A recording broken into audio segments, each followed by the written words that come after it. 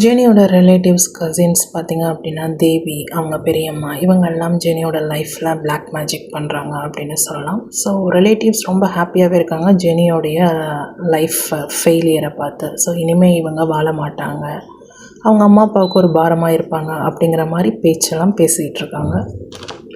Jenny இப்போ லீஸுக்கு ஒரு வீடு பார்க்குறாங்க. ஸோ அந்த லீஸோட ரேட் பார்த்திங்க அப்படின்னா 3 lakhs. ஸோ ஜெனியோட ஹஸ்பண்டே 3 lakhs பே பண்ணுறாரு. ஸோ அந்த வீட்டில் கொண்டு போய் தன்னோட ஹவுஸ் திங்ஸ் எல்லாத்தையும் போட்டு வைக்கிறாங்க. பட் எப்போதுமே பேரண்ட்ஸ் வீட்டில் தான் ஜெனி இருக்கிறாங்க.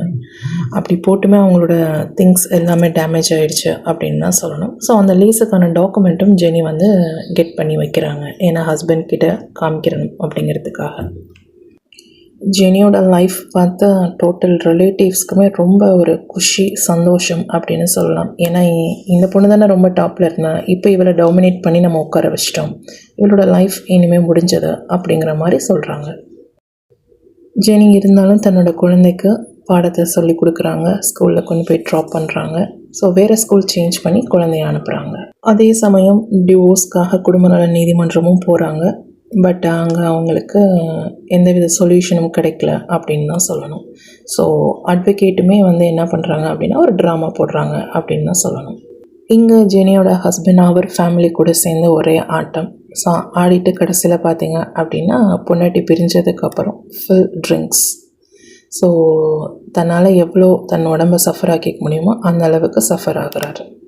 ஜெனி இப்போ லோக்கலில் ஆன்லைனில் சர்ச் பண்ணுறாங்க. ஸோ அப்படி ஒரு கம்ப்யூட்டர் சென்டரில் அவங்களுக்கு ஆப்பர்ச்சுனிட்டி கிடைக்கிது. சரி, ஓகே அப்படின்னு அந்த இன்டர்வியூ அட்டன் பண்ணுறதுக்கு அந்த சென்டரில் ஒர்க் பண்ண போகிறாங்க. ஸோ அங்கே ஒர்க் பண்ண போயுமே ஜெனினால் ஒர்க் பண்ண முடியலை, ஏன்னா ஜெனிக்கு அந்த இடத்துல ஒரு விபத்தை ஏற்படுத்துகிறாங்க அப்படின்னு தான் சொல்லணும். ஜெனி அப்படி லோக்கல் கம்ப்யூட்டர் சென்டருக்கு வேலைக்கு போயிட்டு வர டைம் பார்த்திங்க அப்படின்னா அவங்க வரக்கூடிய நேரத்தில் திருப்பி ஒரு ஆக்சிடெண்ட்டை ஏற்படுத்துகிறாங்க, 2 wheeler ஆக்சிடெண்ட் அகெயின். ஸோ இதில் ஜெனி பார்த்திங்க அப்படின்னா அவங்களுக்கு அகெயின் ஹெட்டு, கால் ரெண்டுமே அடிபடுது. ஸோ இதை பண்ணது யார் அப்படின்னு பார்த்திங்க அப்படின்னா ஜெனியினுடைய அட்வொகேட். ஏன் அப்படின்னா ஜெனி லாஸ்ட் ஹியரிங் அட்டன் பண்ணாங்க அப்படின்னா கன்ஃபார்மாக டிவோர்ஸ் கிடச்சிடும் கோர்ட்டில். பட் அவங்கள அந்த இடத்துக்கு வரவிடாமல் இவங்க எல்லோரும் சேர்ந்து என்ன பண்ணுறாங்க அப்படின்னா ஆக்சிடெண்ட் பிளான் போட்டு ஸ்டாப் பண்ணிடுறாங்க. ஸோ ஜெனினால் அந்த டயத்தில் கோர்ட்டுக்கு அட்டன் பண்ண முடியல அப்படின்னு தான் சொல்லணும். இங்கே ஜெனி குற்றவாளியும் கிடையாது, கைதியும் கிடையாது. தன்னுடைய குடும்பத்திற்காக, தனது நலனுக்காக அவங்க வந்து அப்ளை பண்ண டிவோர்ஸ் தான். பட் அதையே கெட் பண்ண விடாமல் இவங்க எல்லாருமே சேர்ந்து தடுத்துட்டாங்க அப்படின்னு தான் சொல்லணும். இந்த ஹியரிங்க்கு பார்த்திங்க அப்படின்னா ஜெனியினுடைய ஹஸ்பண்ட் ஒரு டைம் தான் வந்திருப்பார். பாக்கி ரீமைனிங் டைம் எல்லாமே தன்னுடைய டம்மி பர்சன்ஸை பணம் கொடுத்து அனுப்பினார் அப்படின்னு தான் நம்ம சொல்லணும். ஸோ ஜெனி இதை பார்த்து ரொம்பவே கோவப்படுறாங்க அப்படின்னு தான் சொல்லணும். ஸோ ஜெனியினுடைய ஹஸ்பண்ட் கடைசி வரைக்கும் ஜெனிக்கு டிவோர்ஸ் கொடுக்கல அப்படிங்கிறது தான் உண்மை. தனக்கு விபத்தை ஏற்படுத்திட்டு அட்வொகேட் க்ராஸ் பண்ணி போனதும் சிரித்ததையும் ஜெனி வந்து நோட் பண்ணிட்டாங்க ஆக்சிடெண்ட்டு ஆனப்பையே. அதே சமயம் ஜெனியனுடைய அட்வொகேட் கால் பண்ணி சொல்கிறாங்க, நீங்கள் ஹியரிங் வரல, ஸோ உங்களோட கேஸ் டிஸ்மிஸ் ஆயிடுச்சு அப்படின்னு சொல்லி. ஏன்னா ஜெனியனுடைய மேரேஜ் ரெஜிஸ்ட்ரேஷன் ஆகலை. ஸோ ரெஜிஸ்டர் ஆகாத பெட்டிஷனையும் மனுவையும் அவங்க டிவோர்ஸ்க்கு எடுக்க மாட்டாங்க.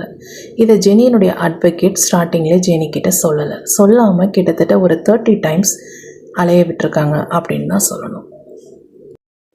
ஜெனி இப்போ கோவப்பட்டு ஓகே வேண்டாம் அப்படின்னு சொல்லி தன்னுடைய கேஸ், பெட்டிஷன், ஃபைல்ஸ் எல்லாத்தையும் அட்வொகேட்லேருந்து வாங்கிட்டு வராங்க. இப்போ ராம்சந்திரு ஜெனி இறந்துட்டாங்க அப்படின்னு போய் சொல்லி ஊரை ஏமாத்துறாங்க. தன்னை நல்லவன் போல் ரொம்ப நல்லவங்களாகவே காட்டிக்கிறாங்க அப்படின்னு சொல்லணும், எந்தவித சந்தேகமும் வராமல் தங்கள் மீது. இப்போ ஜெனியோட ரிலேட்டிவ்ஸ் ஜெனிக்கிட்ட அடுத்த ஃபேமிலி டார்ச்சர் அப்படிங்கிறத சொல்லலாம், இல்லை இன்சிடெண்ட் க்ரியேட் பண்ணுறாங்க அப்படின்னு சொல்லலாம். ஸோ ஜெனியினுடைய வீட்டுக்கு பார்த்திங்க அப்படின்னா ஆப்போசிட்டில் ஒரு வீடு இருக்குது. இதில் மாடி போர்ஷன் காலியாக இருக்குது. ஸோ இந்த மாடிக்கு புதுசாக ஒருத்தவங்க குடி வராங்க. ஜெனிக்கு இவங்க யார் என்ன எதுவுமே தெரியாது. ஏன்னா ஜெனி ஸ்ட்ரீட்டில் யாருக்கிட்டையும் பேசவும் மாட்டாங்க, யார் வீட்டுக்கும் போக மாட்டாங்க. ஸோ அப்படி இருக்கும்போது என்ன பண்ணுறாங்க அப்படின்னா இந்த மாடி போர்ஷனுக்கு வரக்கூடிய ஆட்கள், விருந்தாளிகளாக இருக்கட்டும் இல்லை அவங்களுடைய ஆட்களாகவே இருக்கட்டும், அவங்களுக்கு இருக்கக்கூடிய பார்க்கிங் ஏரியாவில் வண்டியை பார்க் பண்ணாமல் ஜெனியினுடைய வீட்டு வாசலில் பார்க் பண்ணுறாங்க. ஸோ அப்போ பார்த்திங்க அப்படின்னா ஜெனியினுடைய காரும் வெளியில் நிற்கும். ஸோ ஜெனியினுடைய கேட்டை ஓப்பன் பண்ணும்போது பார்த்தீங்க அப்படின்னா இவங்களுடைய வெஹிக்கிள் அங்கே டிஸ்டர்பன்ஸாக நிற்கிது. ஸோ ஜெனி வந்து கூப்பிட்டு சொல்கிறாங்க, உங்களுடைய வெஹிக்கிளை ஓரமாக நிப்பாட்டுங்க, உங்களுடைய வீட்டு வளாகத்தில் நிப்பாட்டுங்க அப்படின்னு சொல்கிறாங்க. நீங்கள் வண்டி நிப்பாட்டலை அப்படின்னா நான் போலீஸ் கம்ப்ளைண்ட் கொடுப்பேன் அப்படின்னு ஜெனி சொல்கிறாங்க. உடனே அந்த மாடியில் இருக்கக்கூடிய ஃபேமிலி மொத்தமும் அவங்களுடைய அம்மா, அப்பா, மருமகன், மருமகள் அப்படிங்கிற உறவுகள் எல்லாமே வந்து ஜெனிக்கிட்ட சண்டை போடுறாங்க அவங்களுடைய வீட்டு வாசலில். ஸோ ஜெனியினுடைய அம்மா அப்பா பார்த்தீங்க அப்படின்னா ஒன்றும் சொல்லாமல் பார்த்துக்கிட்டு தான் இருக்காங்க அப்படின்னு தான் சொல்லணும். ஜெனிக்கு அந்த குடும்பம் யாருன்னு தெரியாது, அவங்களோட பெயர், ஊர் எதுவுமே தெரியாது. ஸோ அதில் பார்த்திங்க அப்படின்னா அவங்களுடைய மருமகன் அப்படின்னு ஒரு பையன் ஒருத்தன் வந்து என்ன பண்ணுறான் அப்படின்னா ஜெனிக்கிட்ட ரொம்ப ஹார்ஷாக பேசுகிறான். வாடி போடி அப்படிங்கிற மாதிரி சென்டென்ஸ் அப்படிங்கிறதெல்லாம் உபயோகிக்கிறான். ஸோ ஜெனி வந்து என்ன பண்ணுறாங்க, கோவப்பட்டு முடிஞ்சால் உன்னால் என்ன வேணாலும் பண்ண முடியுமோ பண்ணிக்கோ அப்படின்னு சொல்லிவிட்டு தன்னோட 2 வீலர் எடுத்துகிட்டு கிளம்புறாங்க. ஸோ அவன் என்ன பண்ணுறான் அப்படின்னு பார்த்தீங்க அப்படின்னா ஜெனி பேசக்கூடியது எல்லாத்தையுமே தன்னோட மொபைலில் ரெக்கார்ட் பண்ணிக்கிறாங்க. ரெக்கார்ட் பண்ணிவிட்டு இதை கொண்டு போய் என்ன பண்ணுறாங்க அப்படின்னா ஃபேஸ்புக், இன்ஸ்டாகிராம், யூடியூப் சேனல் அப்படிங்கிற எல்லா மீடியாலையும் ப்ரெசென்ட் பண்ணுறாங்க. பாலிட்டிக்ஸ் கட்சிக்கும் சென்ட் பண்ணுறாங்க, ப்ளஸ் ரிலேட்டிவ்ஸ் குரூப்புக்கும் சென்ட் பண்ணுறாங்க.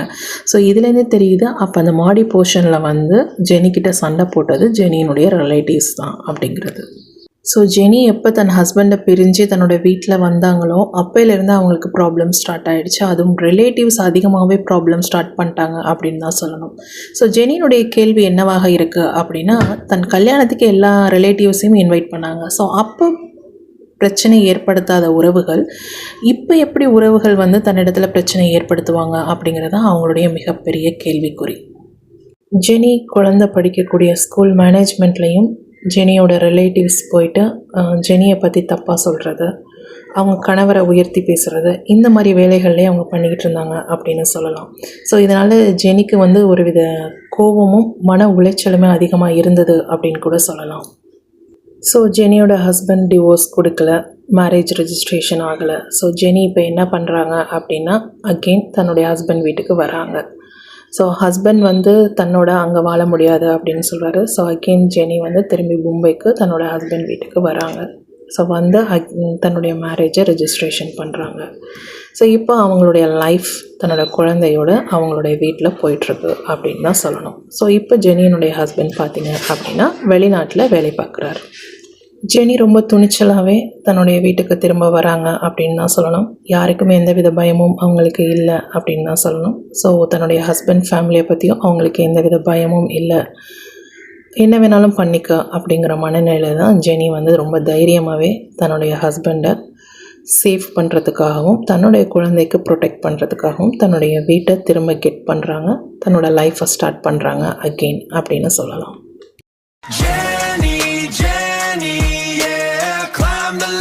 From the bottom floor, now they see my name on every door. Yeah, they call me Jenny.